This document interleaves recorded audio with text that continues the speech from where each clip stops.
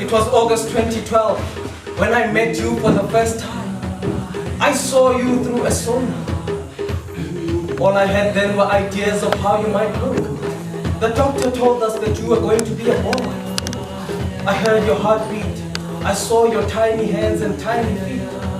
I wish I could say how I felt, but I was just a mixed ball of emotions. Boy, you will be one person who will never fall out of my love. You will never be an outcast. Don't hesitate to fail, because I know you learn from your mistakes like I did. And you don't have to please me, because I'm already pleased to have you as my son. September 13, 2012, 9:30 p.m. You were gracefully brought into this world. And to my and your mother's surprise, you were a beautiful baby girl. And from that day on, I vowed to be a provider, a protector, and everything else that a father should be to a daughter. Indeed, you are a blessing from God. No, I don't have a great relationship with my father, but with you, I'm going to play the best dad in the world. I'll always be there for you, to comfort you, to love you, to be a friend, to be a role model, to be anything that you want me to be, because you are my son. September 13, 2013. This was your first birthday. No, I could not believe how time had flown by so fast. I had already witnessed you taking your first steps and uttering your first word. Nana, you truly are a blessing. I'll always be there to support you. You are one of the factors that gave me motivation, courage. I give more out of myself. I work harder than I used to. There's no room for failure, but I'll always strive for perfection. So take on the world. Be anything that you want to be. Give more out of yourself. I'll always be behind your back to support you and guide you. I am your father. Your second birthday came and passed. I still could not believe how much joy and pleasure you have brought into my and your mother's life.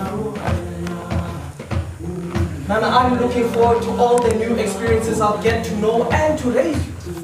But after all that has happened, I will never forget meeting you for the first time. I love you.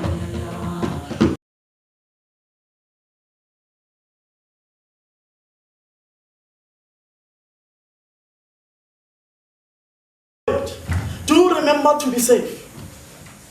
I want not to be safe, to be cautious, to be afraid, to be judgmental, to protect yourself. I would have preferred those last few words of the text to be replaced by to be loved. Now I've seen this thing invade many bodies, ravage many families, strike many communities. We now walk in the world searching faces for hints of love and disease, afraid that the thing we fear the most is hidden behind a kiss. There's no way to live. Do you know your status? Do you hear us? Can you see us? Do you know that millions of Africans get affected and infected by HIV each and every year? How does HIV and AIDS affect you as a human being?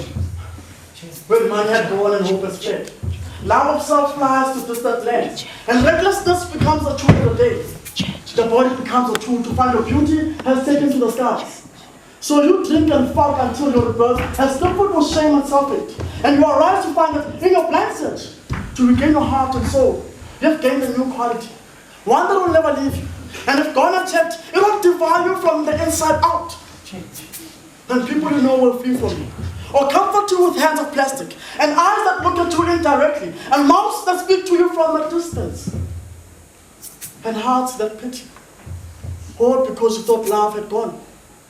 I mean, you stumble across an innocent, knowingly or unknowingly. It's hard to figure it out. You you give your gift of change to another? And they were weaker than you.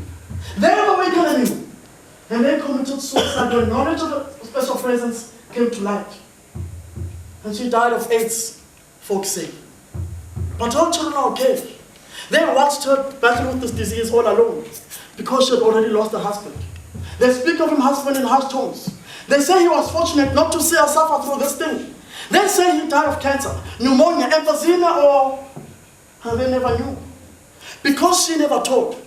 Her love shielded him even at the scourge of shortening both their lives. I know very few straight men that die of AIDS. Only their wives, children and girlfriends. And I wonder if it's shame, love or pride that lets her keep his secret until the end, that lets her carry the world's judgment for them both. She does. And he dies unburdened by the world's cruelty. She lived on.